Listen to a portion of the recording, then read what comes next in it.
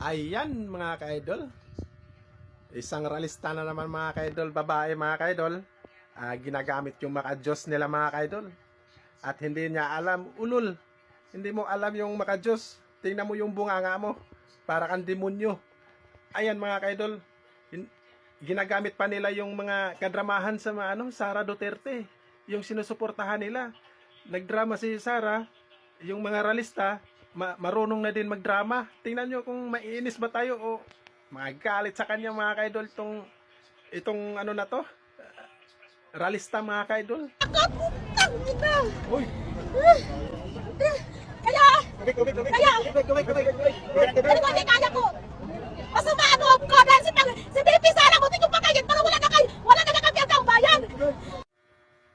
Oh, di ba? Nagpaiyak-iyak si ate. Ha? Ang galing magdrama.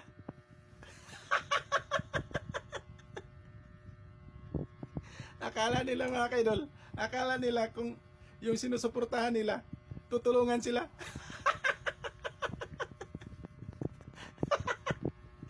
Ulol, hindi kayo tutulungan dyan. Kahit mapasma pa kayo dyan, mag-rally, hindi kayo tutulungan dyan. Mga wala talaga kayo. Yan pa, makikita sa mga kabataan yung mura mo, napakalutong. Walang kwenta. Dapat ihinto nyo na yan. Ha? Walang laman yung mga Gcash nyo. Lagyan ko ng laman. Ako na maglagay. May laman yung Gcash ko. Nagdrama. Kahit umiyak ka pa ng dugo dyan, hindi ka tutulungan dyan. Ha? Hanggang dito lang tayo mga kaidol. Asaran to ng asaran mga kaidol. Napaka talaga ng DDS talaga supporters. Mga walang kwenta talaga. Mapasma na lang kayo dyan sa pag-rally nyo.